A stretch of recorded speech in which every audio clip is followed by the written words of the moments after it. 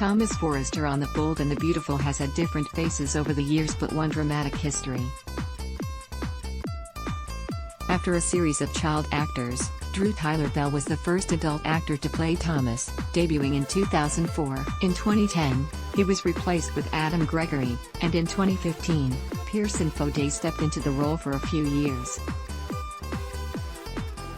He last appeared in the spring of 2018, and B&B once again recast, with Matthew Atkinson stepping into the role in March of 2019. Thomas was born in 1998 to Taylor Hayes, and though she initially claimed Thorne Forrester was the baby daddy, she eventually confessed to Ridge Forrester that he was the boy's father. His childhood wasn't exactly easy, with his baby sister, Steffi Forrester, kidnapped and presumed dead, and then his mother dying after being shot by Sheila Carter. Little Thomas also wasn't thrilled when Brooke stepped in as a mother figure. Once an adult, things got even more complicated.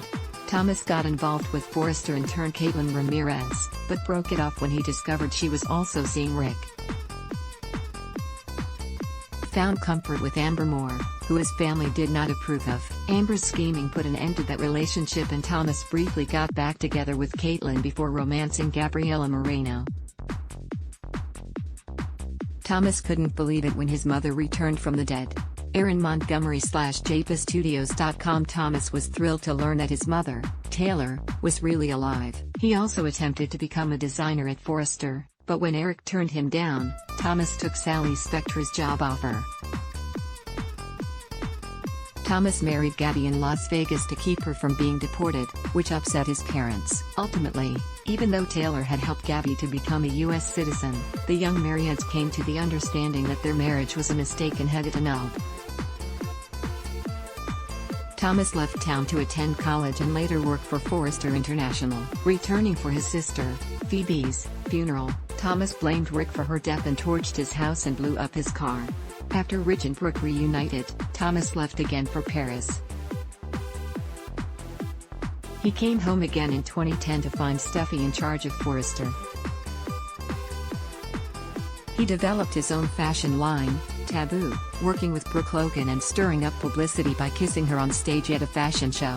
However, he soon began to develop actual feelings for Brooke, which made things awkward for everyone involved.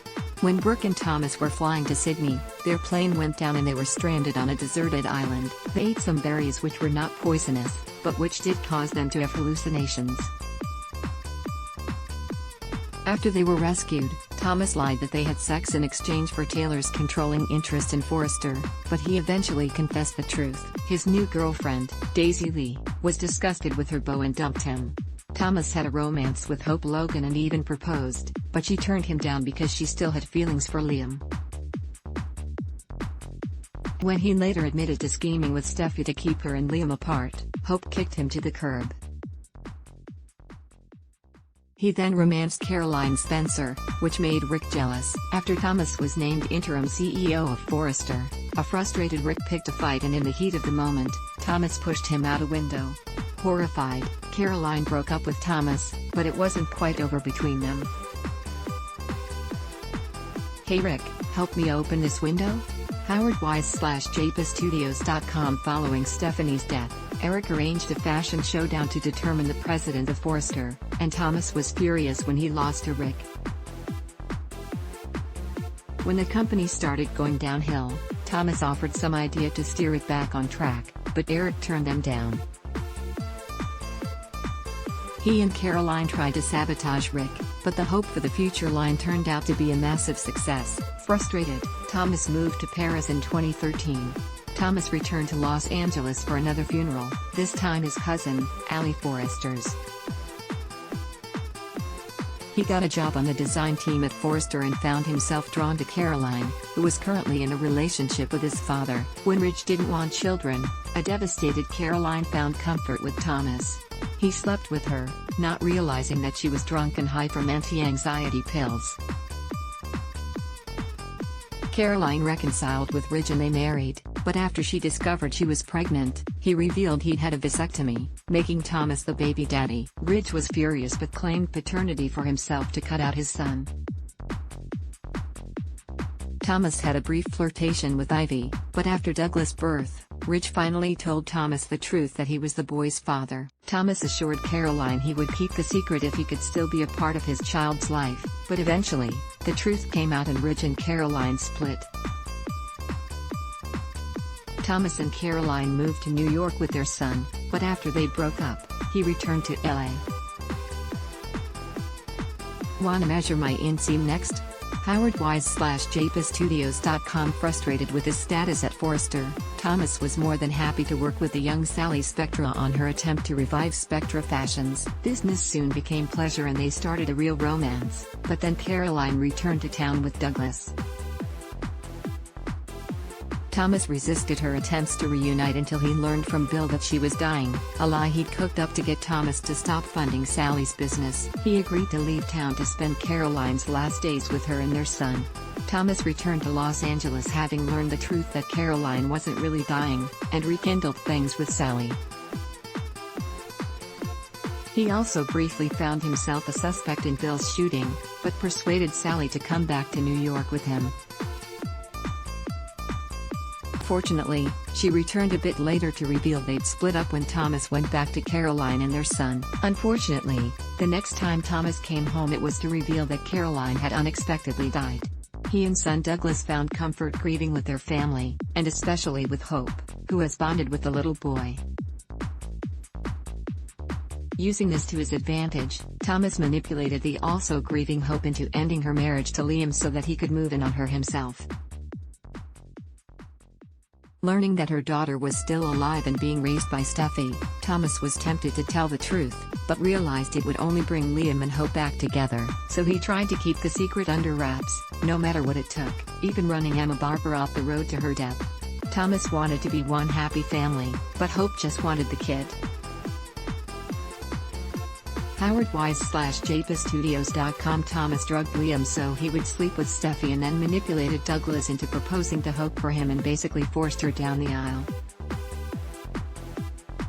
Unfortunately, Douglas overheard his daddy talking about the truth and revealed to Hope and Liam that baby Beth was still alive.